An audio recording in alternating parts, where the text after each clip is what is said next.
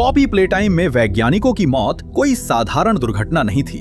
सब कुछ शुरू से ही बहुत सोच समझकर योजनाबद्ध किया गया था। वैज्ञानिकों के हर एक भयानक काम ने धीरे धीरे ये तय कर दिया था कि वे कैसे मरेंगे। तो चलिए देखते हैं कि पॉपी प्लेटाइम के हर एक वैज्ञानिक का अंत कैसे हुआ। अब ताकि सब कुछ और साफ हो जाए, पहले सबसे लोकप्रिय विचार को नकार देते हैं। उन सब में से वे सिर्फ पागल राक्षसों का शिकार नहीं बने थे। अधिकांश लोग मानते हैं कि प्रयोगों का हमला इसलिए हुआ क्योंकि वे नियंत्रण से बाहर हो गए और अपनी प्रवृत्ति के अनुसार काम करने लगे। लेकिन चलो दोस्तों, याद रखो कि वे सिर्फ साधारण जानवर नहीं हैं। असल में वे इंसानी चेतनाएं हैं। प्रयोग महसूस कर सकते हैं, सोच सकते हैं और याद कर सकते हैं। जैसे वे कुछ लोगों से प्यार करते थे, वैसे ही दूसरों से नफरत और गुस्सा भी रखते थे। लेकिन दोस्तों, वे बेवकूफ नहीं हैं। प्रयोग भी उन वैज्ञानिकों के नाम और उनके द्वारा किए गए कामों को याद रख सकते हैं। अगर प्ले टाइम कंपनी ने सोचा होता तो क्या उन्होंने ब्रेन वॉश या हिप्नोसिस कर दी होती ताकि वे सब भूल जाएं? खैर, अब इसके साथ मैं आपसे पूछता हूं, क्या आप अब भी मानते हैं कि ये सिर्फ एक साधारण घटना थी, या असल में ये सब कुछ पहले से ही प्लान किया गया था और इसके पीछे कोई मास्टरमाइंड था? प्रोटोटाइप। लेकिन शांत रहिए, क्योंकि असली बुरा तो अब शुरू होता है।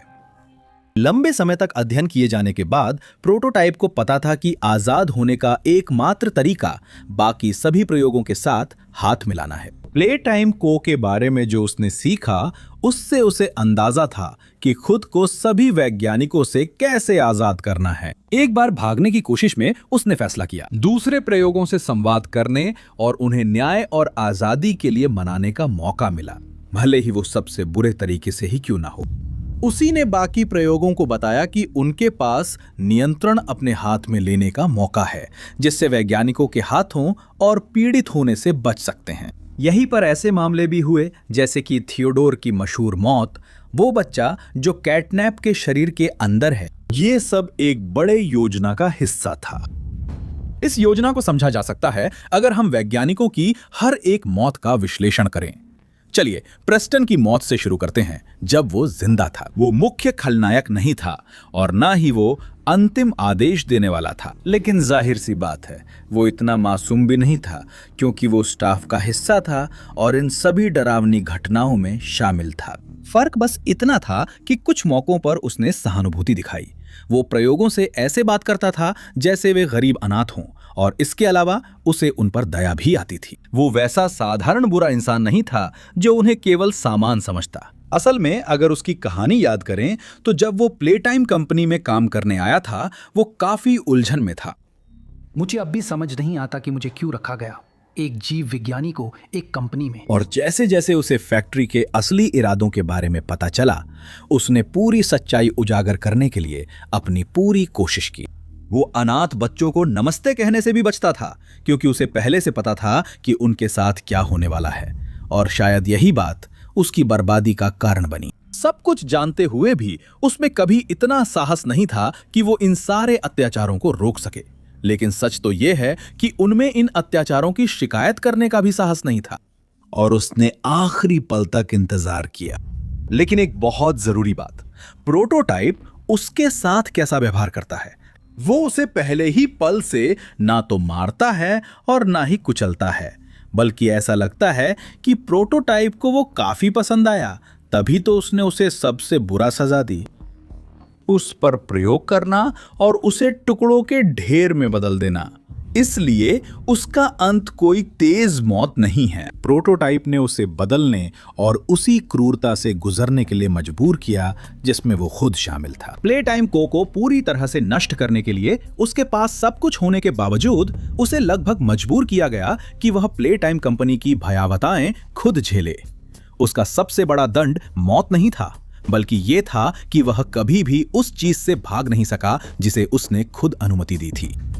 मिस ग्रेसी ग्रीन, जो दुनिया की सबसे क्रूर ब्रेन वॉशिंग की प्रभारी थीं, ग्रेसी अपने हाथ मशीनों से नहीं गंदा करती थीं, बल्कि वो अनाथ बच्चों को तैयार करने की जिम्मेदार थीं। वो उन्हें ब्रेन वॉश करने के लिए वीडियो दिखाती और खिलौनों के रूप में पहचान स्वीकारने को कहती। सबसे क्रूर बात यह थी कि जब कोई बच्चा विरोध करता था तो वही उन्हें बुरे खिलौनों के डिब्बे में भेजने का आदेश देती थीं, जहां उनका अंत चूर चूर होकर होता था। जब खुशी की घड़ी आया, उसने छुपने की कोशिश की, लेकिन उसे ढूंढ लिया गया और स्माइलिंग क्रिएचर्स और बाबा चॉप्स ने उसे काबू कर लिया। बाबा वो अकेला था।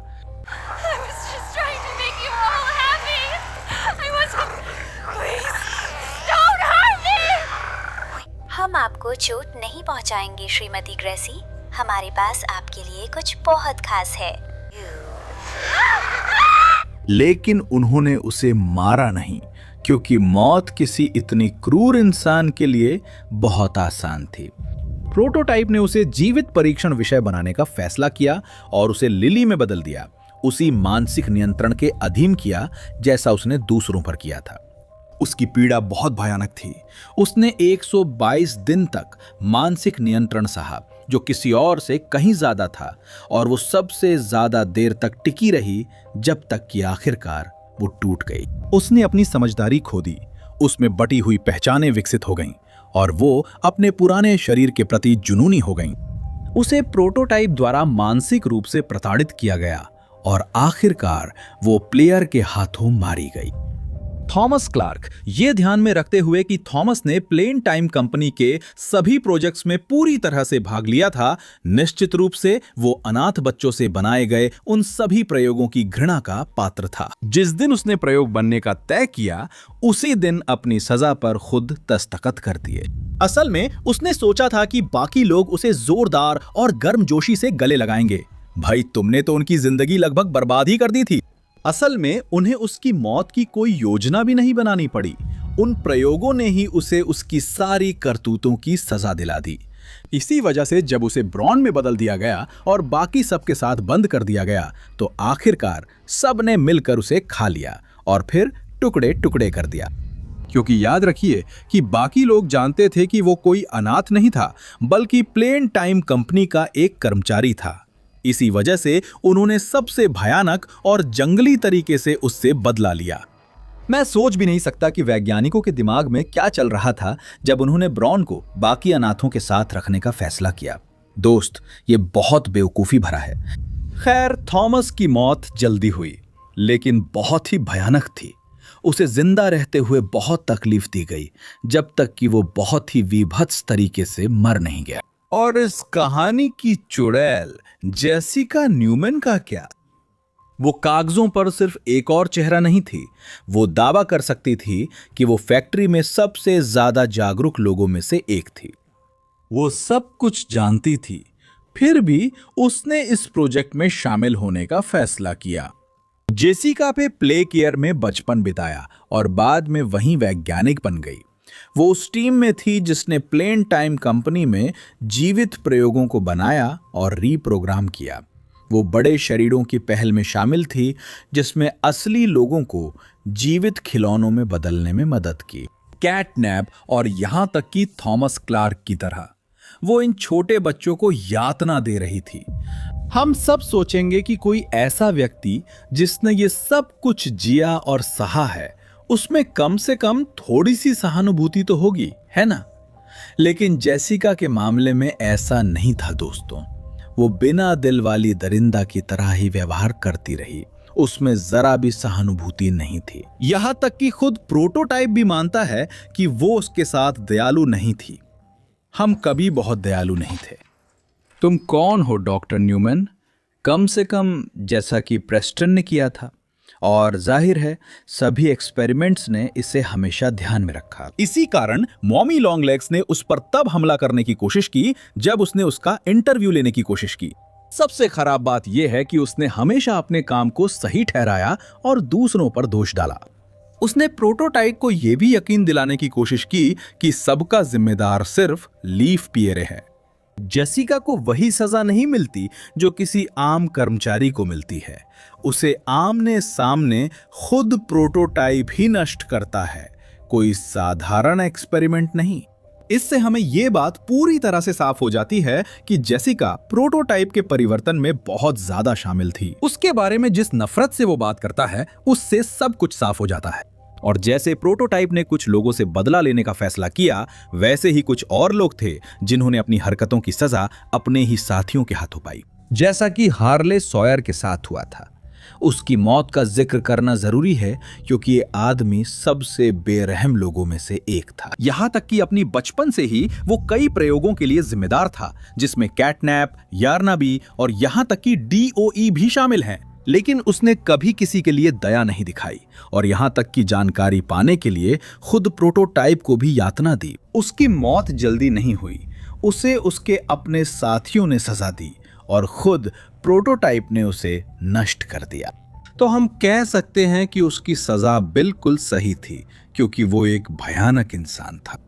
क्योंकि सोचिए, एक कंप्यूटर में फंस जाना कोई अच्छी बात नहीं है, और वो भी तब जब आपको पता भी ना चले कि आपको वहां डाल दिया गया है ना दोस्तों? हार्ले सॉयर को उसकी इच्छा के खिलाफ एक कंप्यूटर में बदल दिया गया था, क्योंकि उसे तो पता भी नहीं चला जब ये सब हुआ।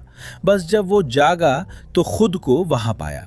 हालांकि अगर हम इस बारे में सोचें तो सबसे ज्यादा मुमकिन है कि भविष्य में हार्ले सॉयर फिर से मर जाएगा, क्योंकि चैप्टर 5 के अंत में हमने देखा कि शायद उसने खुद की किसी तरह की बैकअप कॉपी बना ली थी। अब बात करते हैं ब्रूनो वाइट और वैज्ञानिक नंबर 4 की। ये दोनों हार्ले सॉयर के साथ टीम में काम कर रहे थे और एक जैसी सोच रखते थे। ब्रूनो एक मास्टरमाइंड था, लगभग हार्ले के स्तर का, लेकिन फिर भी वो दूसरे स्थान पर था। उसने बोनसॉ बनी जैसे प्रयोगों का नेतृत्व किया, लेकिन जब सॉयर खुद एक प्रयोग बन गया तो ब्रूनो ने उसकी जगह ले ली और असल में वही था जिसने सॉयर को एक मशीन में बदल दिया। ये उसके सबसे बड़े कारनामों में से एक था। इसी वजह से डॉक्टर सॉयर ने उससे नफरत करना शुरू कर दिया और इसी कारण खुशी की घड़ी में सभी खिलौनों द्वारा उसकी हत्या कर दी गई। इसके विपरीत वैज्ञानिक नंबर 4 इन दोनों के आदेशों का पालन करता था। वो लगभग सभी प्रयोगों में शामिल था जिन्हें डॉक्टर सॉयर ने बनाया था, जैसे कि हगी वुगी और यहाँ तक कि खुद प्रोटोटाइप भी, क्योंकि उसके पास इसके बारे में काफी जानकारी थी। उसकी मौत खुशी की घड़ी हुई थी और संभवतः उसे खुद हगी वुगी ने मार डाला था। असल में खुशी की घड़ी ही वो था जिसमें सबसे ज्यादा वैज्ञानिकों की मौतें हुई थीं।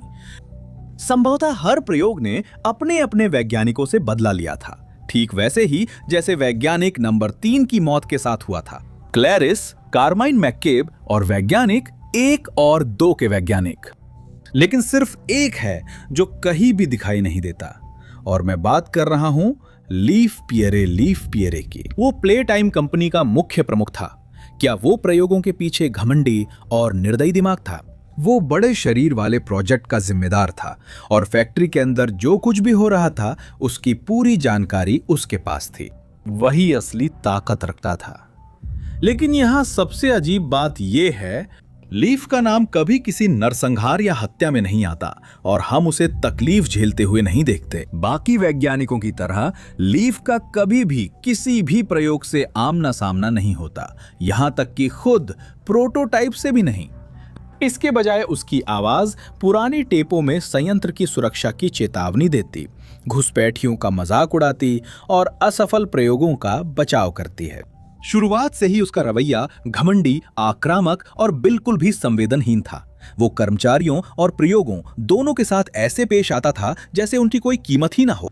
और अगर हम याद करें तो उसने फैक्ट्री की मुख्य तबाही खुशी का समय में भी जिंदा बच गया था। वहीं बाकी लोग या तो मर गए या सीधे प्रोटोटाइप के हमले का शिकार हो गए। लेकिन हमने कभी उसे अपनी हरकतों के नतीजों का सामना करते हुए नहीं देखा। और सच कहूं तो मुझे नहीं लगता कि प्रोटोटाइप को यह भूल गया होगा कि वो मौजूद है, खासकर जब वो उसकी मास्टरपीस था। तो जितना हम जानते हैं, अब ये बात बिल्कुल साफ है कि प्रोटोटाइप बस यूं ही पागलों की तरह किसी को मार नहीं रहा है, या सिर्फ इसलिए कि उसे भूख लगी है। वो मूल्यांकन करता है, याद रखता है और सही समय पर कार्रवाई करता है। और अगर लीफ पियरे को अब तक उसका न्याय नहीं मिला है तो उसका भविष्य में आना कोई संभावना नहीं है। हमें उसे उसकी हर गलती की सजा मिलते देखना है। और यही वे हमें VHS, ऑडियो टेप्स और यहां तक कि अब तक मिली नोट्स के जरिए दिखाने की कोशिश कर रहे हैं। ये सिर्फ ऐसे हादसे नहीं थे जो अनजाने में राक्षसों से हो गए हों। लेकिन अब सबसे बड़ा सवाल ये है कि आखिर में प्लेयर के साथ क्या होगा? अगर प्लेयर भी एक कर्मचारी था तो क्या वो अगला है? अभी हमें ये नहीं पता, लेकिन जाने से पहले मैं आपको एक छोटी सी बात सोचने के लिए छोड़ना चाहता हूं। यार, ये तो ऐसा है जैसे तुमने एक कृत्रिम इंसान बनाया हो और आखिर में वही तुम्हें मार दे। ये क्या है यार? तो अब आप जानते हैं। दोस्तों, आज के लिए बस इतना ही। कमेंट्स में बताएं कि आप क्या सोचते हैं और अगली बार फिर मिलेंगे।